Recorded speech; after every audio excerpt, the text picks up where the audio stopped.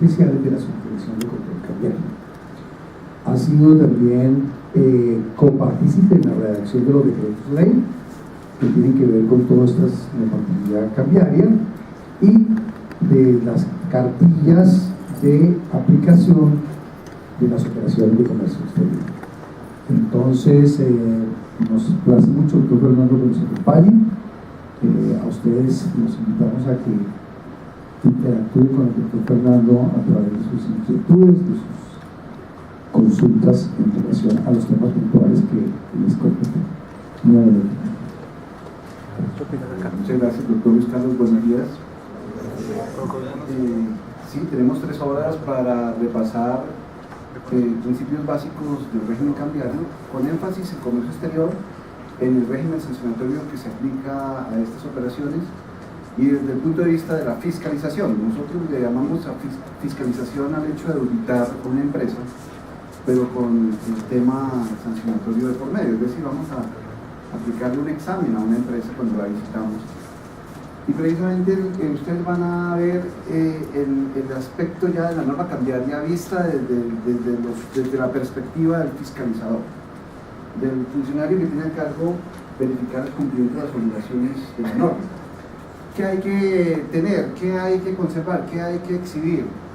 ¿Cómo hay que soportar el cierre de canales cambiarios que son de obligatoria canalización? Esas son preguntas básicas que la norma no responde. Los manuales de fiscalización nuestros, que son privados, que son reservados, en donde yo he contribuido a redactar muchas de esas normas de fiscalización internas, pues sí señalan al funcionario cómo comportarse. Y eso es bueno que ustedes lo sepan ya desde la perspectiva ya del sector real, para darle aplicabilidad a estas normas que vamos a repasar de inmediato. Tenemos un marco legal en régimen cambiario. Ustedes saben que el régimen cambiario siempre acompaña la operación de compraventa o del préstamo en moneda extranjera, y cuando esta operación de compraventa tiene pues efectos aduaneros y tributarios, siempre hay un componente cambiario que la DIAN va a revisar también como entidad pues facultada por la norma desde el año 92, desde que se creó la DIAN, facultada para verificar el tema cambiario. Entonces muchas empresas reciben una visita integral, tributaria, aduanera y cambiaria. Y le sumamos el ingrediente de los precios de transferencia, entonces ya estamos hablando de fiscalización internacional. Entonces las visitas son tácitas, tributarias, aduaneras, cambiarias e internacionales. Pasar un examen de esos es arduo, es complicado, siempre hay glosas, siempre hay cositas y se genera gestión. La gestión para nosotros es el debido pago de sanciones para el Estado. Y como en todas las gestiones que pues, uno tiene que cumplir, siempre hay metas que hay que cumplir y siempre pues, están los jefes urgiendo por el cumplimiento de las metas. Entonces se podrán imaginar entonces la presión, ¿no? De ir al sector real, al sector de los servicios también, y verificar el cumplimiento de las normas para generar la gestión que necesita la entidad presentar al ministro de Hacienda prácticamente, que es el que nos está ordenando más recursos para el Estado. Bueno, pero la idea no es dejarse sancionar, sino cumplir la norma y pasar el examen bien. ¿Qué normas son? Pues estamos hablando desde la misma Constitución Política, donde se habla genéricamente que el Banco de la República, a través de su junta directiva, en el artículo 372, es la autoridad cambiaria del país y emite la norma cambiaria ya, digamos, básica, la norma que ya regula las operaciones. Y lo hace con arreglo a la ley. Y la ley, pues son varias leyes. La ley novena del 91, que es la ley marco de cambios internacionales, que fue expedida incluso antes de la Constitución del año 91. Esa ley ustedes la leen y encontramos ahí pues, expresiones de la vieja época, en la que el gobierno tenía funciones cambiarias de regulación. Ustedes saben, había una junta monetaria en esa época. Pues esa ley ya ha sido estudiada por la jurisprudencia de la Corte Constitucional y simplemente se ha adaptado a la Constitución, que dice ni más ni menos que hay un cuarto poder en Colombia, que es el Banco de la República, una entidad independiente, se supone, del gobierno y del Congreso, pero es una entidad pues, autónoma que emite normas con fuerza de ley. Así lo ha dicho la Corte Constitucional, y es la Junta Directiva, precisamente en este artículo 372, la que ha erigido la Junta Directiva como autoridad cambiaria del país. La misión del banco, sobre todo, es mantener el poder adquisitivo de la moneda, peso colombiano, y para hacerlo, pues emite normas de corte monetario, de corte crediticio y también de corte cambiario. Las normas cambiarias, sobre todo, todavía amparan el peso colombiano, exigiendo que las operaciones internas pactadas entre residentes se paguen siempre en pesos. No se admite la circulación de una moneda extranjera aquí dentro de la economía, salvo contadas excepciones. El que esté haciendo operaciones, pactándolas y pagándolas, el tema ahí es grave, pagándolas en moneda extranjera sin estar autorizado, se gana una sanción gravísima y la impone la DIAN, y es simplemente una multa por el 100% del valor de la operación. Eso pues sale de este artículo 373, que habla de la misión fundamental del banco de mantener el poder adquisitivo de la moneda, defendiendo el peso de las distorsiones de otras monedas, evitando que la moneda extranjera circule dentro del país solo para ciertas operaciones. La ley marco del 91 creó dos mercados, mercado controlado y un mercado libre, un mercado no tan regulado, y creó algo que se llaman las cuentas de compensación, que son cuentas en el exterior, bancarias, abiertas por residentes en Colombia, a través de las cuales ellos manejan directamente sus operaciones de mercado cambiario y de mercado libre también, voluntariamente canalizables. La ley 31 del 92 reguló el Banco de la República. La norma constitucional dice que el Banco de la República ejerce unas funciones, pero siempre con arreglo a la ley. Y la ley es la ley 31 del 92. Sobre todo en su artículo 16, donde se habla de las funciones de la Junta Directiva, y el literal H, que habla de las funciones de regulación que tiene la Junta Directiva en todos los aspectos cambiarios. En lo que vamos a ver precisamente, regulación de importaciones, de exportaciones, ingresos y salidas de divisas del país, manejo de cuentas de compensación, ¿sí? Y las excepciones a las canalizaciones que están dentro de la regulación ya cambiaria, que es la resolución externa 8 del año 2000. Antes de llegar a esa resolución tenemos que hacer énfasis en el decreto 1068 de 2015, es el decreto único reglamentario del sector hacendario. En su libro segundo, parte 17, hay 4 artículos que tienen que ver con el régimen cambiario. Es muy fácil memorizarlo porque es libro segundo, parte 17, 1.1, 1.2, 1.3 y 1.4. El 1.1 habla en general de las operaciones de cambio, definiéndolas como lo hacía el viejo decreto 1735 del año 93. Exactamente, es una copia. Las operaciones de cambio son aquellas operaciones que se hacen usualmente con no residentes, en donde pues hay que utilizar una moneda diferente al peso colombiano para pagar, satisfacer la obligación y pagar los préstamos o hacer las inversiones internacionales. Básicamente es eso como tal la operación de cambio, pero la operación de cambio no siempre la hacen residentes con no residentes, también se pueden hacer entre residentes, y en eso el Banco de la República ha señalado excepciones donde los residentes sí podemos hacer entre nosotros operaciones de cambio. Por ejemplo, comprar y vender divisas entre nosotros está permitido, incluso aquí en el país podemos comprar y vender divisas, siempre que esas divisas no sean del mercado cambiario, las podemos hacer con cualquier persona. Podemos comprar o mejor pagar ciertos contratos en moneda extranjera. Podemos, por ejemplo, ser importadores de otro residente o ser exportadores hacia otro residente. Eso lo vamos a ver más adelante. Todo sale de esta definición de operaciones de cambio que trae este decreto, que no es tan viejo, es del año 2015 y tiene estas regulaciones especiales. Residente para efectos cambiarios, esta norma, la 1.2, o sea 2.17.1.2, residente para efectos cambiarios sí ha tenido modificaciones y vamos a ver ahora una modificación posterior al año 2015. Operaciones internas. Este decreto en el 2.17.1.13 define la operación interna como aquella operación, como ya les dije, pactada entre dos residentes en el país, empresas o personas naturales, que no puede pagarse sino en pesos colombianos. Es la regla general. Solo se puede pagar si somos residentes y estamos haciendo algún contrato, convenio, operación o negocio jurídico. La prestación, el pago de la obligación tiene que ser en pesos colombianos, así se pacten divisas en los soportes respectivos, en la factura, en el contrato. Ya el pago debe ser en pesos colombianos. Esa norma básica está precisamente en este decreto. 217.1.3. Operaciones internas. Por excepción, algunas operaciones internas sí se pueden hacer en divisas, pero son siempre excepciones puntuales que vamos a ver más adelante. Operaciones obligadas a canalización, 217.1.4. Esa sí es un listado taxativo, eso es un listado, pero como se dice, sacramental, porque son ciertas operaciones que el Estado colombiano, estamos hablando del presidente de la República, de ahí para abajo, y el Banco de la República, porque esto es en coordinación con el Banco de la República, definieron como importantes, que deben ser registradas en una balanza cambiaria, que es un balance macroeconómico que lleva el Banco de la República a través de unos numerales cambiarios que vienen a ser como los códigos contables de esta balanza. Esta balanza cambiaria debe estar registrada obligatoriamente con ciertas operaciones, y ya sabemos cuáles son. Las de comercio exterior están de primero, importaciones y exportaciones de bienes. La segunda operación importante para el Estado colombiano es todo el tema de la deuda externa, el contrato de mutuo de dinero cuando es en moneda extranjera y se pacta con entidades financieras o con residentes en el exterior.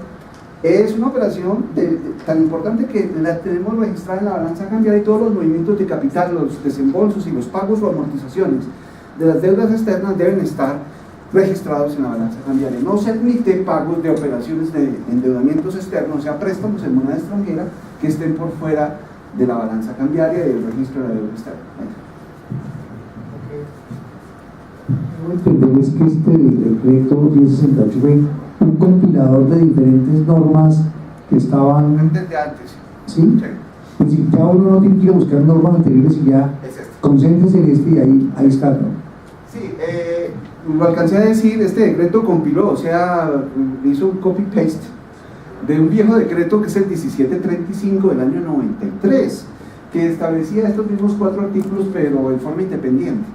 Pero lo que hizo este decreto fue compilar no solo el 1735, sino un sinnúmero de decretos que tienen que ver con la hacienda pública en un solo mamotrero inmenso, grandísimo, inabordable si uno quiere mirarlo con calma. Eso toca es despacio, donde están todas las normas del Ministerio de Hacienda, o sea, el manejo de la hacienda pública.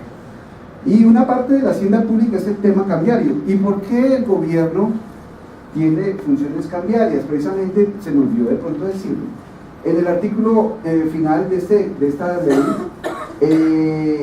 se señala en la ley 3192, en el artículo final, la función que tiene el gobierno dada por el Congreso de la República de definir precisamente qué es operación de cambio, qué es operación interna, y sobre todo, qué operaciones son controladas.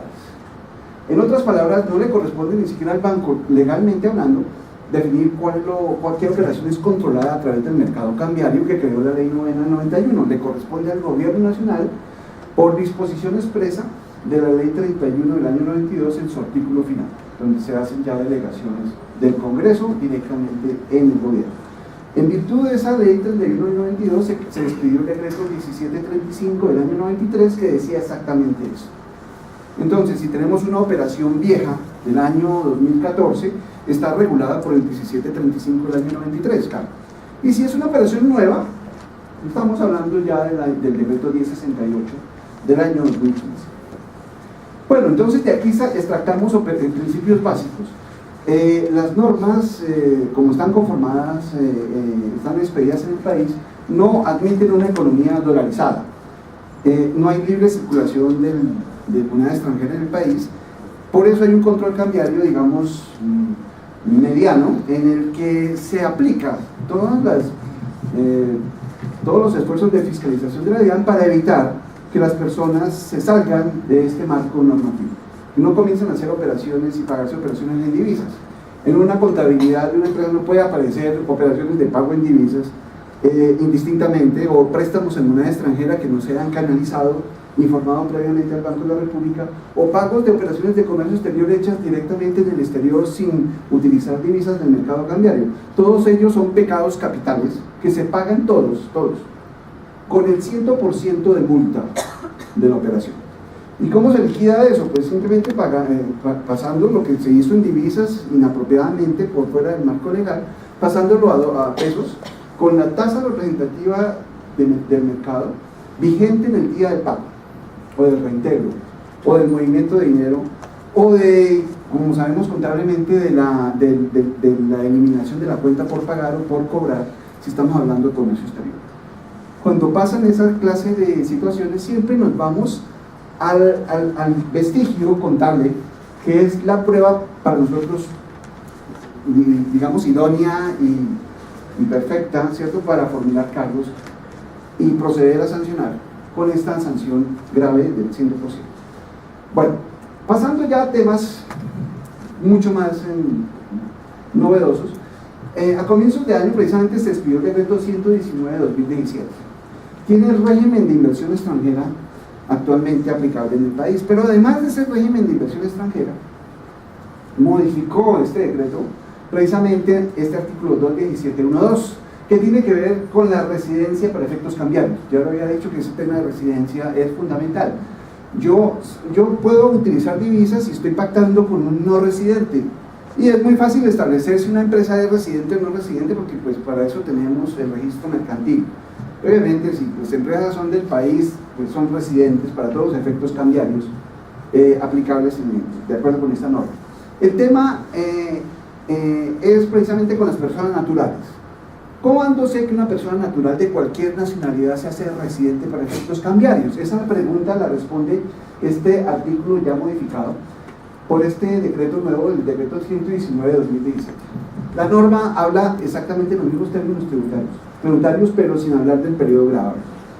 Es decir, para efectos cambiarios no hay periodos gravables que se estén cerrando año por año, sino estamos hablando de 183 días corridos de permanencia en el país, continuos o discontinuos, para establecer si una persona es residente o no es residente. Esos 183 días de permanencia en Colombia, sumando todos los ingresos y salidas del país, incluidos los días de ingreso y de salida, se pueden verificar para efectos de establecer la residencia dentro de los 365 días continuos anteriores. En otras palabras, si yo hoy le estoy pagando a una persona un contrato, persona natural, un contrato laboral o parte de su paquete de estímulos laborales, primas, si soy una empresa en Colombia que le está pagando a alguien en moneda extranjera cualquier contrato y esa persona es natural, tengo que establecer, precisamente para que el pago sea legal, si esa persona en el último año, a partir de hoy, hacia atrás, es decir, hacia el 3 de agosto del año 2016, esta persona se ha mantenido en el país más de 183 días continuos o discontinuos, porque si ha permanecido más de 183 días, ya la persona es residente para efectos cambiarios. Entonces, la regla de los 183 días es esencial para establecer si el pago se puede hacer en divisas o no. En todos los aspectos, la DIAN lo que hace es verificar las entradas y salidas de las personas naturales que estén recibiendo cualquier tipo de pago en divisas, sea a través del mercado cambiario o sea directamente, para establecer si se cumple la regla de residencia establecida por esta norma. La única diferencia frente a la norma anterior era que antes hablábamos de 6 meses. 6 meses que pues eran como 180 días, ¿no? Lo único que la norma estableció, precisó en este nuevo decreto, fue elevar esos 6 meses, o mejor, hacerlos equivalentes a 183 días. Con esta otra regla, se incluyen los días de entrada y salida del país de la persona natural. Buenos días. Buenos días.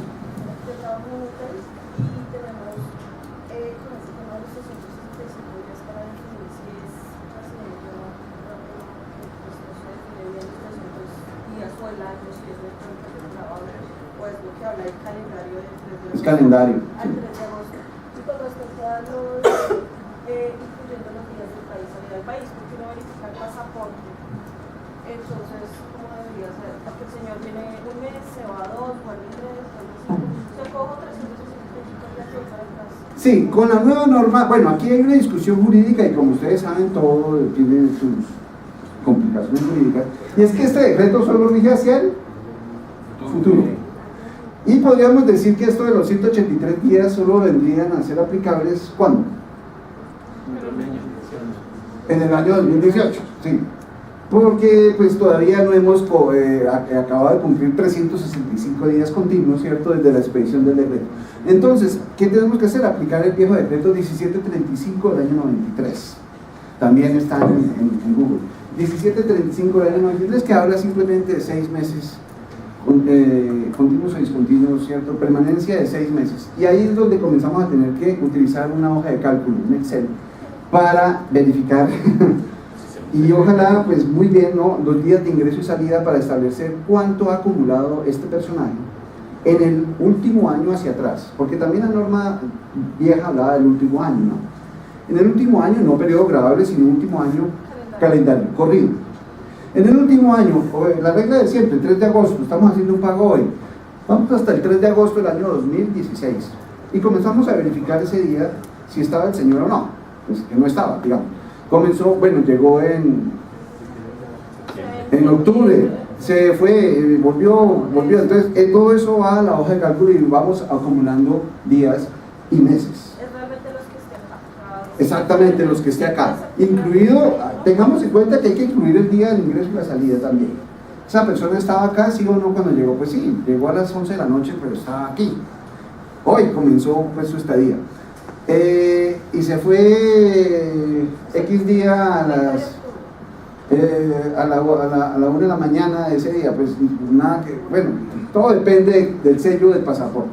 Y eso quiere decir que ese día se cuenta para establecer las reglas. Si usted quiere que le paguen divisas, no puedo hacerlo porque usted ya acumuló más de 6 meses de permanencia en el país, de acuerdo con la vieja regla del decreto 1735 del año 93. Y entro en una especie de contingencia jurídica con la DIAN, porque si me pilla ese pago, el sancionado va a ser tanto él como yo. Que la norma es clara y se le sanciona a quien paga y a quien recibe el pago, imagínense. Y a los dos por el 100% del valor de la operación. Y viene de reglas pues que están vigentes desde hace mucho tiempo, pero no son muy conocidas realmente.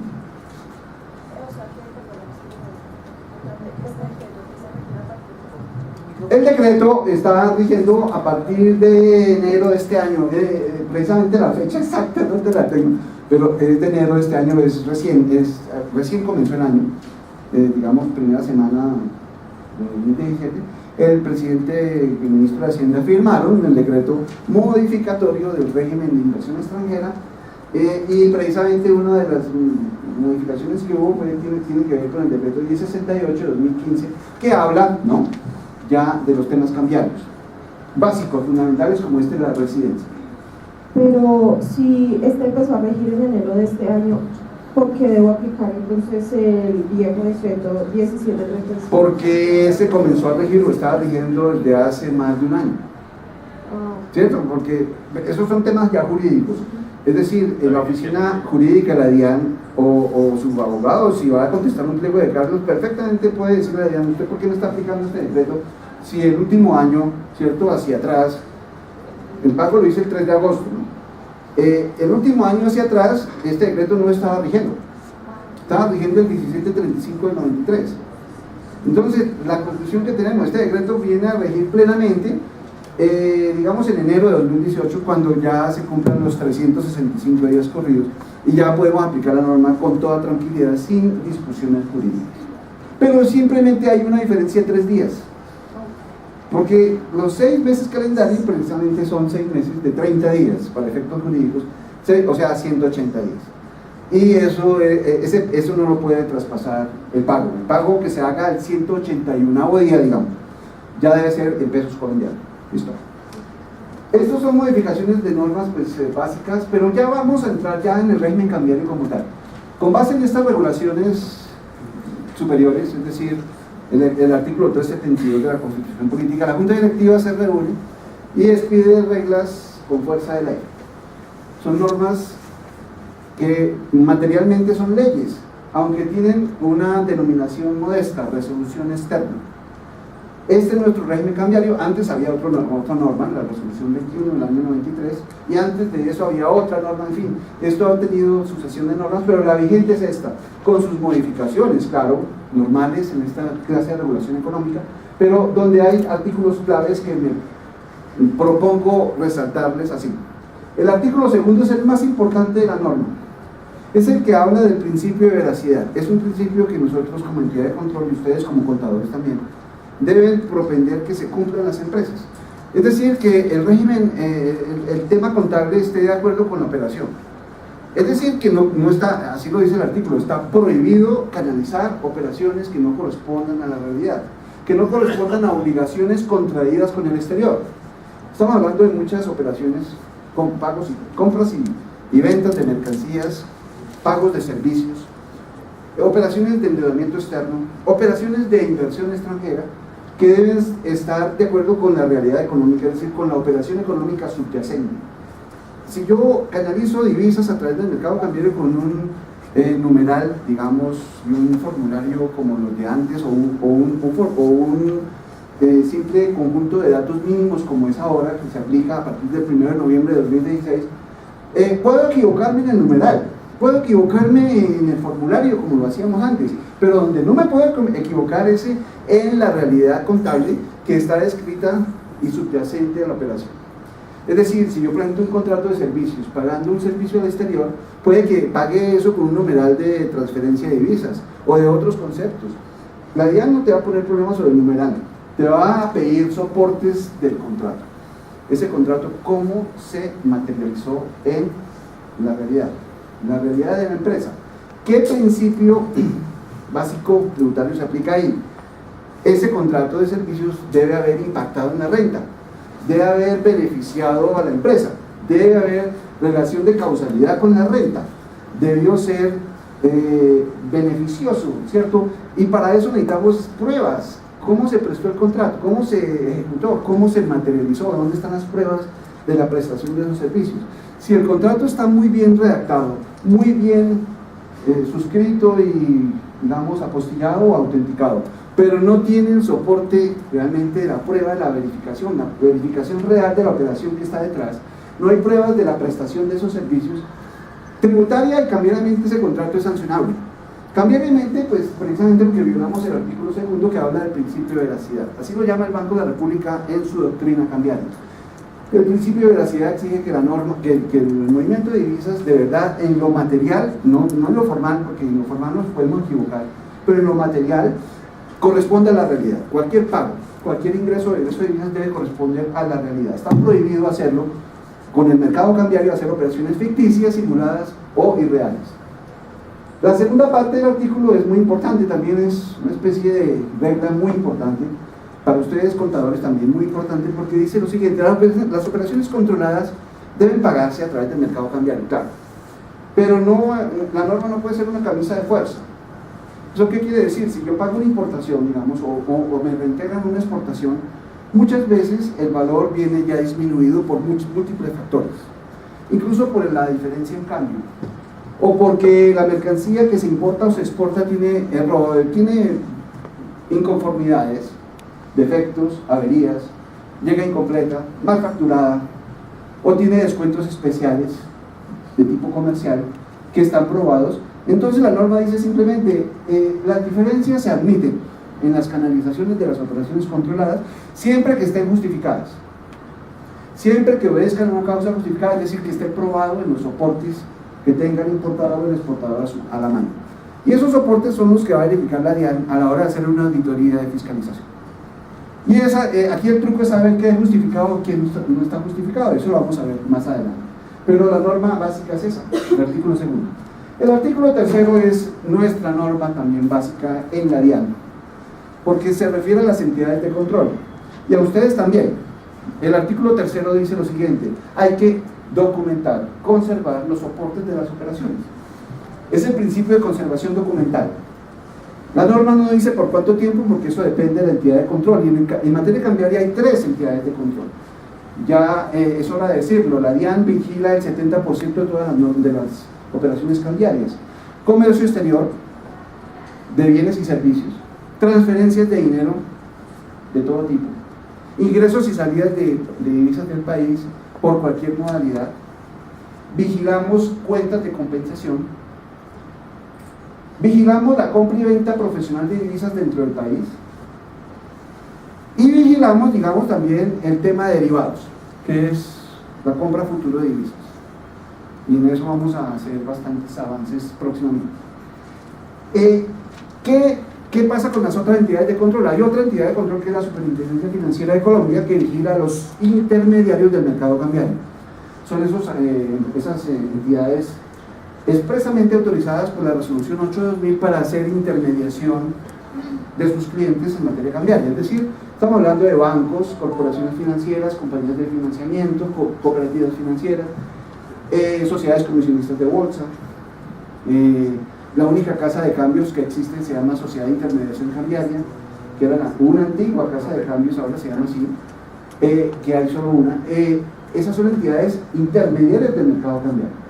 Pueden comprar y vender divisas con sus clientes y hacerles transferencias de dinero a cuentas del exterior o desde cuentas del exterior.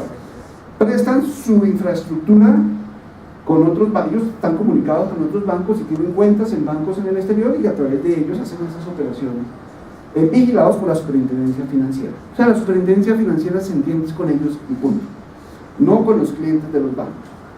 Si un cliente de un banco incumple una norma cambiaria, por culpa del banco, ahí viene qué le pasa a ese banco.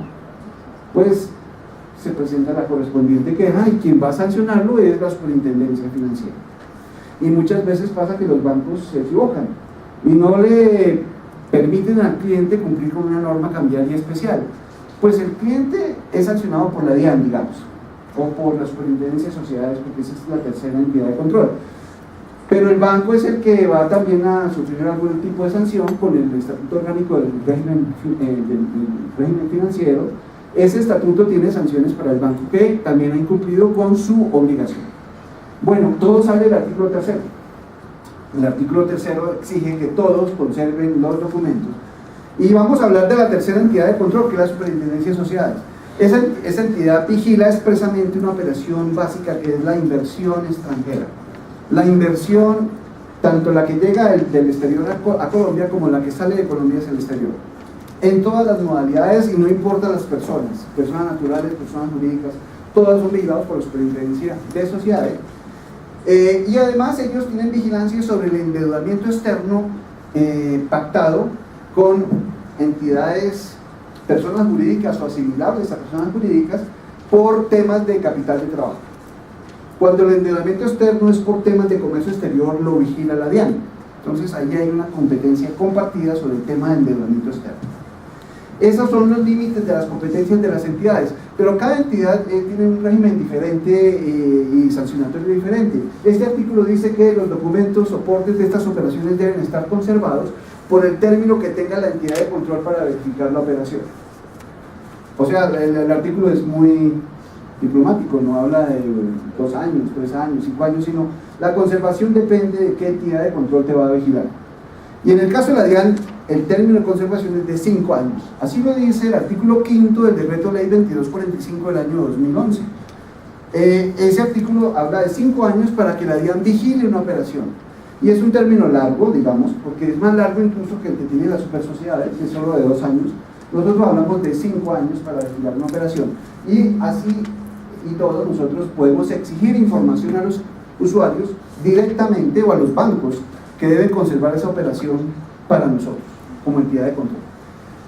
A través del artículo 3, la DIAN ha generado una serie de normas que exigen información exógena cambiaria.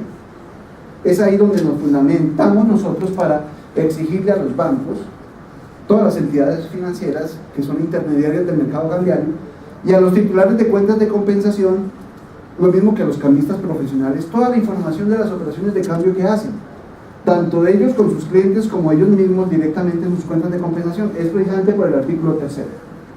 Es un artículo fundamental.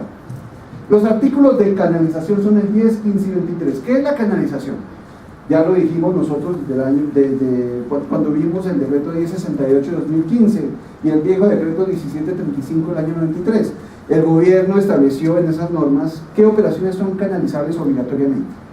Entonces la canalización se exige ya a nivel normativo en el artículo 10 para las importaciones de bienes, en el artículo 15 para exportaciones de bienes y en el artículo 23 para el endeudamiento externo, es decir, en moneda extranjera. Se exige que esas operaciones estén registradas en la balanza cambiaria del país y la única forma de hacerlo es a través de la denominada declaración de cambio.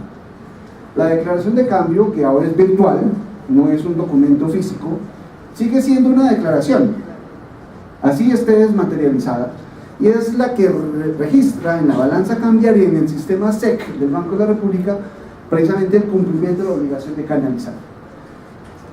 Esa declaración de cambio, ya lo dijimos, puede estar equivocada en el numeral.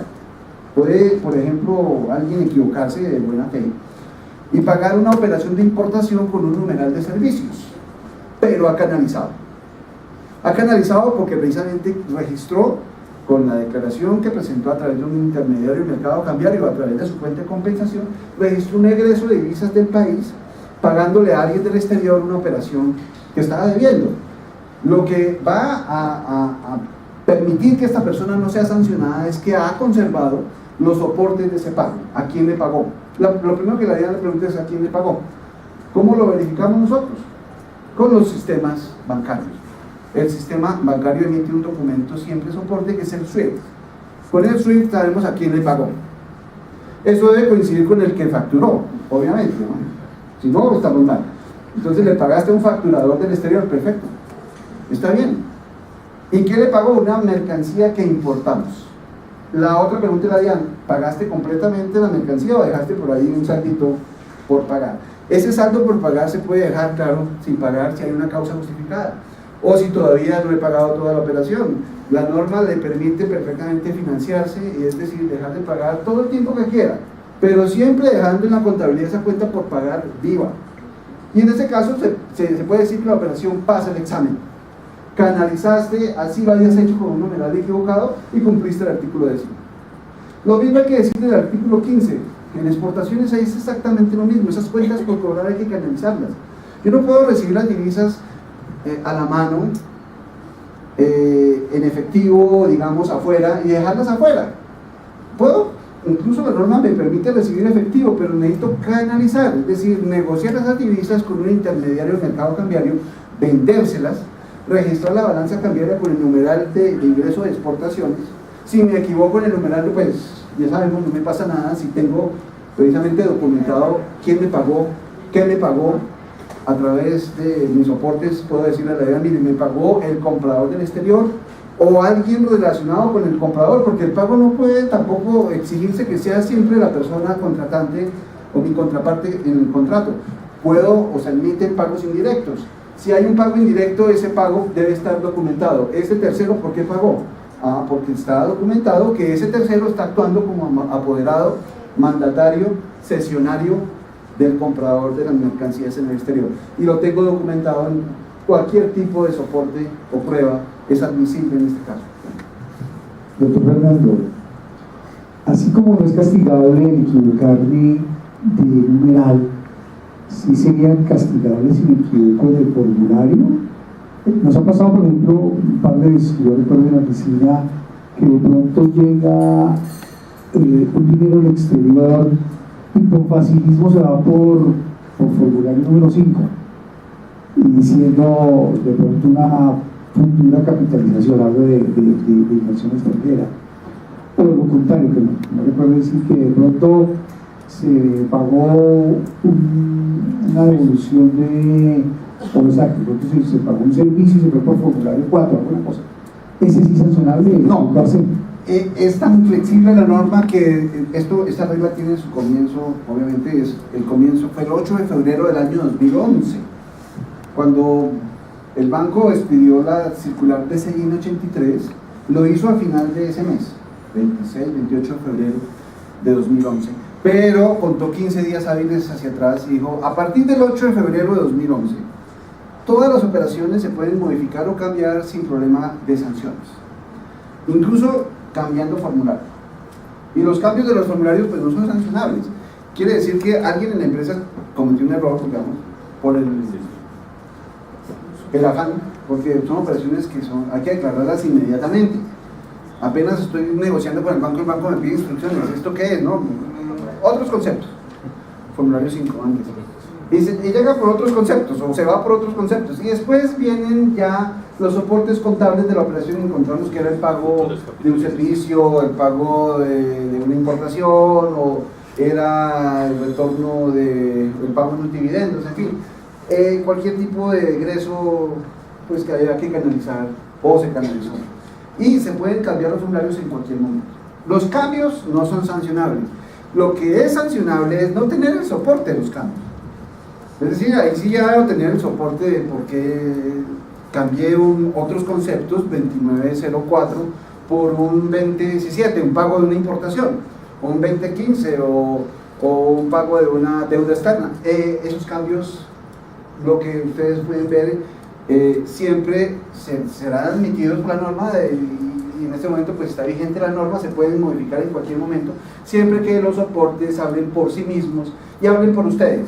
Cuando los soportes hablan por ustedes, la DIAN pues no va, o la entidad de control no va a proceder a hacer ninguna clase de propuesta sancionatoria. ¿Listo? Ahora bien, artículos 55 y 56, para seguir con este relato de las normas. 55 nos permite tener cuentas libres en el exterior. Eso obedece a un principio básico de la ley 9 del 91, que fue la ley de apertura cambiaria del país. En esa época había mucho control cambiario, pero la ley 9 hizo lo que se estaba haciendo en ese momento en el país, la apertura económica. La apertura cambiaria fue la ley 9 del 91. En su artículo sexto y séptimo se señalaron normas de apertura cambiaria. Se dijo ya la gente puede tener divisas que no sean divisas del mercado controlado, que no sean divisas de exportación, digamos, o de deudas externas o de inversión extranjera. Esas divisas sí se pueden tener en el exterior sin ningún problema, o aquí en el país. Pues si se tienen aquí en el país no sirven para mucho, solo para vendérselas a otro residente o guardarlas con muchos problemas de seguridad en nuestros domicilios o en las empresas. Eso pues no atiende a un buen manejo económico. Es decir, las divisas en efectivo acá pues no sirven sino para venderlas o para sacarlas al exterior y hacer esto: abrir una cuenta libre en el exterior. Artículo 55, se puede abrir una cuenta libre en el exterior. Es una cuenta que no reporta información obviamente a ninguna entidad de control, no hay que registrarla ante el Banco de la República, y esa libertad tiene solamente un pero. Se entiende que hay libertad cambiaria de tener activos en el exterior siempre y cuando, o sin perjuicio del cumplimiento de las normas tributarias.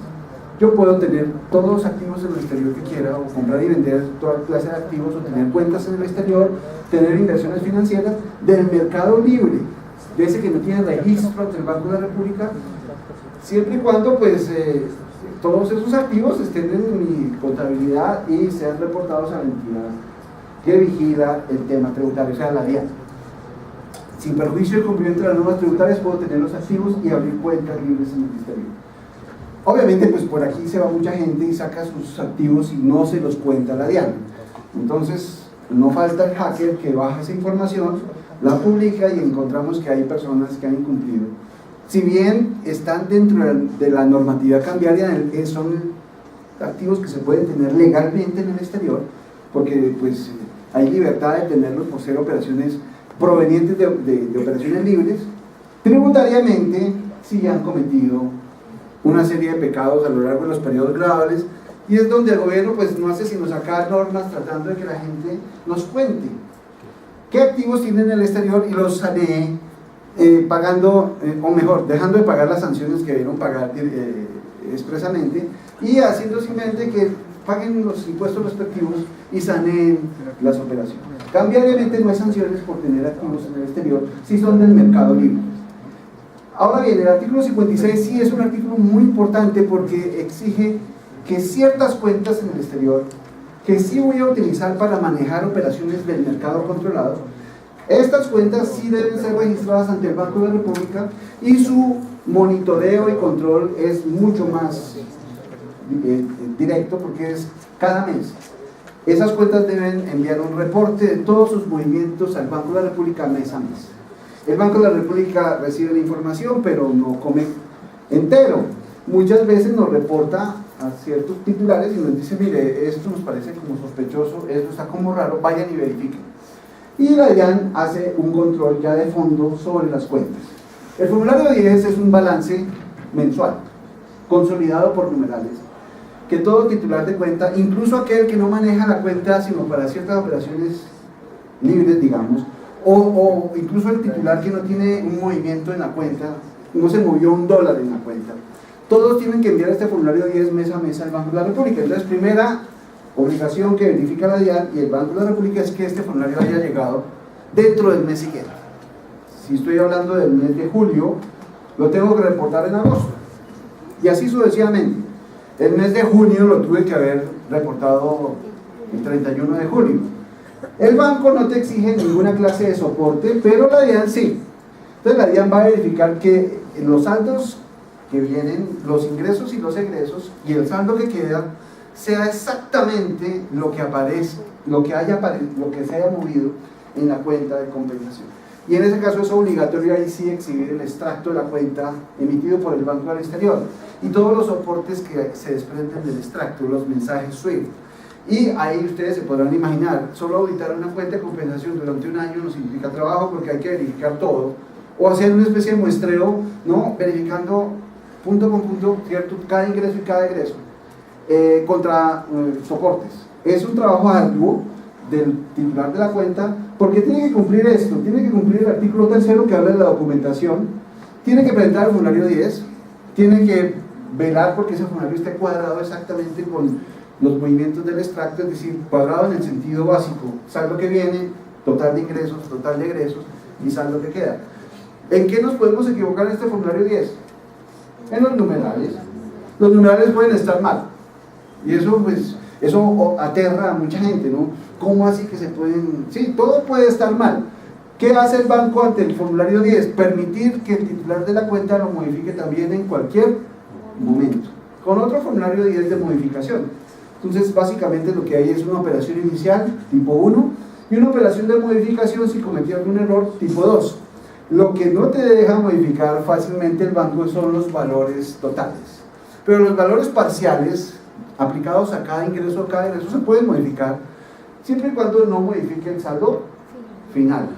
Ahora bien, de todas maneras el banco emitió normas en este sentido. De todas maneras yo le permito modificar este formulario en valor si usted cometió un error de digitación, porque nadie está exento de un error de digitación. Si le fue un 0 de más a una operación,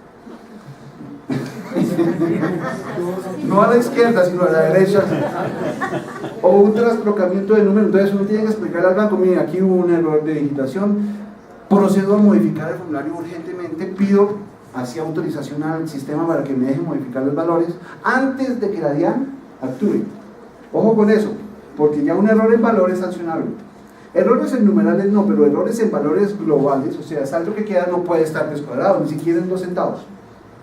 Hay 2 dígitos de decimales que incluso deben estar correctos. Si yo veo un extracto de cuenta, una anécdota, ¿no? Va uno a una empresa y encuentra que hay devoluciones de operaciones. Un cliente que exporta usualmente recibe pagos con cheques, y alguno de esos cheques rebotó. Entonces llegó la plata exacta, ¿no? 31.250,27, y se fue al otro día 31.250,27. Hubo un ingreso y un egreso por algún tema de cheque de vuelta. En el formulario 10 tenemos que advertir, ustedes lo ven acá, ustedes lo manejan también, hay una sección para las devoluciones. Entonces hay una operación inicial de ingreso que no se concretó porque el medio de pago no fue idóneo, no se pudo descontar, y hay un egreso por devolución. Eso hay que colocarlo en el formulario 10. No hay que netear, es decir, ahí sí la persona que manejó la cuenta dijo: no, pero como llegó la misma plata y se fue, no me afectó el saldo final.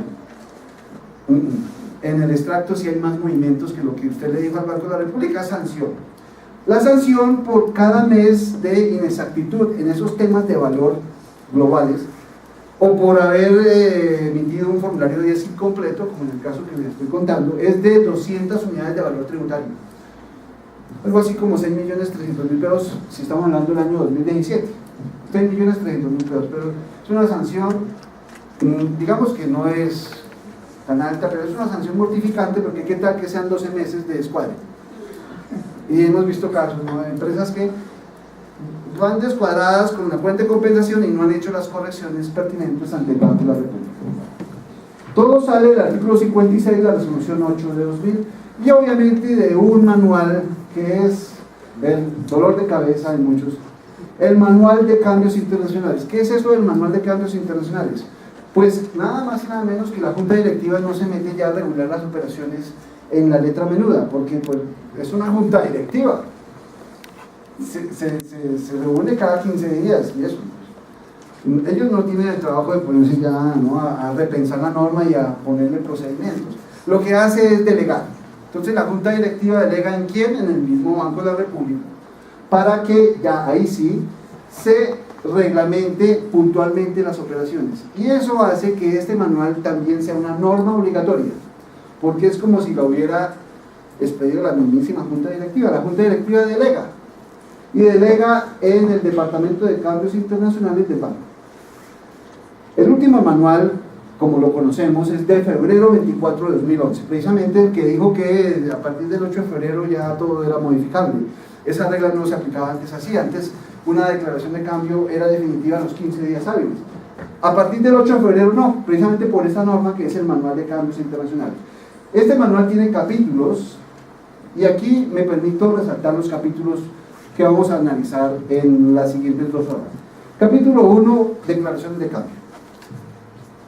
¿Cómo se canalizan las operaciones? Con declaraciones de cambio. Y el capítulo actual, el que tiene la modificación actual, la que comenzó a regir el 1 de noviembre del año pasado, dice que las declaraciones de cambio son virtuales. Simplemente son un conjunto de datos que usted le entrega a su intermediario, y su intermediario y ustedes sabrán cómo se entienden, cómo se comunican con los estándares de seguridad, de modo que el intermediario sepa que realmente usted sí es el dueño de la operación. Pero ya el Banco de la República no exige documentos físicos en papel, firmados o con poderes. Ya eso desapareció. El banco simplemente dice, ustedes simplemente le entregan a su intermediario un conjunto de datos mínimos. Primero su nombre, por razón social, su NIC. El banco se encarga de ponerle una fecha y un número a la operación, pero es simplemente un archivo virtual. Entréguele por favor al banco una información esencial, que es qué va a hacer con la balanza cambiaria. Es decir, va a ser un pago, va a ser un ingreso, ¿qué va a hacer? ¿Va a comprar divisas? ¿Va a vender divisas? Eso tiene un numeral cambiario y un valor que puede estar en cualquier moneda diferente al dólar, claro, o en dólares. Pero lo que el banco exige es que haya un numeral cambiario, una moneda de negociación y un valor que finalmente se va a llevar todo a dólares de los Estados Unidos, porque la balanza cambiaria se lleva en dólares de los Estados Unidos. Eso lo dice el capítulo 1 actual, básicamente. Capítulo 3, importaciones de bienes. Ahí sí hay una serie de regulaciones adicionales que el banco ha incluido al tema de las importaciones de bienes. Acuérdense del artículo 2 de la resolución 8 que habla de las diferencias. Yo puedo pagar una importación con diferencias.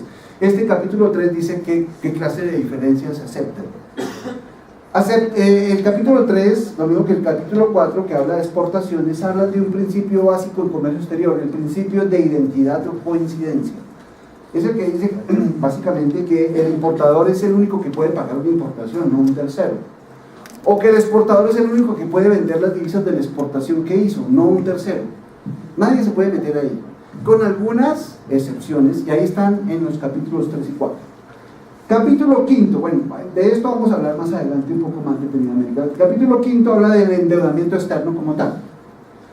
Todas las operaciones de endeudamiento externo se dividen básicamente en 2 tipos de operaciones. El endeudamiento pasivo, donde el residente en el país es un deudor o prestatario en el contrato de compra de mutuo dinero.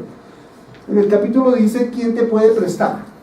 Te puede prestar todo el sistema financiero en el país, todo el sistema financiero internacional, o personas jurídicas del exterior, básicamente. El capítulo establece los procedimientos para registrar la deuda ante el Banco de la República y proceder a canalizar el desembolso y los pagos respectivos que se generen de este contrato o el cumplimiento del contrato de endeudamiento externo. La otra fase de la operación de endeudamiento externo es el endeudamiento externo activo, en donde el residente en el país es el acreedor o prestamista. Entonces ustedes ven que hay 2 grandes flujos de capital. Los préstamos pasivos, donde yo soy el deudor, yo soy el que recibo el capital y a mí me toca pagar el capital y los intereses, no importa todo el tiempo que demoren en hacerlo, porque el régimen no establece plazos. Tienes que pagar la deuda, pero ya el tema de los plazos es algo que conviene directamente con el acreedor. Y por otro lado está el endeudamiento externo activo, donde yo como residente procedo a prestar dinero al exterior. Ahí sí la norma es muy liberal y dice, usted puede prestarle a quien quiera en el exterior. Usted es el que arriesga su dinero. Preste al exterior, pero para poder prestar a alguien del exterior, persona natural, persona jurídica o asimilable, tiene que cumplir una serie de requisitos. Primero, pues registrar el contrato ante el Banco de la República e informarlo con un formulario especial, el formulario 7, y proceder, después de que está informado el respectivo contrato, donde ya el prestatario del exterior o deudor del exterior tiene un código, proceder a desembolsar el crédito, no antes, sino ya después, y proceder ya a recibir los intereses y los pagos de capital en los términos pactados libremente con ese prestatario del exterior. Eso lo dice básicamente el capítulo 5, ¿no? De eso la DIAN vigila todos los créditos que se generan por comercio exterior. Los créditos por comercio exterior tienen que ver con las prefinanciaciones de exportaciones de bienes. Un exportador se quiere prefinanciar con un capital, tiene que acudir a la banca o a una persona jurídica del exterior, recibe el capital y procede a exportar con ese dinero. Es una operación básica que muchos hacen y muchos gremios tienen esa operación básica para poder exportar con capitales que generan unos intereses más reducidos por ser precisamente créditos blandos. Por política del Estado, pues no queremos que el exportador sufra, ¿no? Costos financieros altos porque va a exportar. Precisamente va a aplicar el dinero del capital del crédito para poder exportar mercancías o bienes al exterior. Eso lo vigila la DIAN. Lo mismo los créditos que prefinancian los pagos anticipados de importaciones de bienes. Estamos hablando de créditos que pues facilitan operaciones de comercio exterior. Esa clase de créditos los vigila la DIAN en el sentido de que pues verifica todo, que se cumplan todos los requisitos del capítulo 5.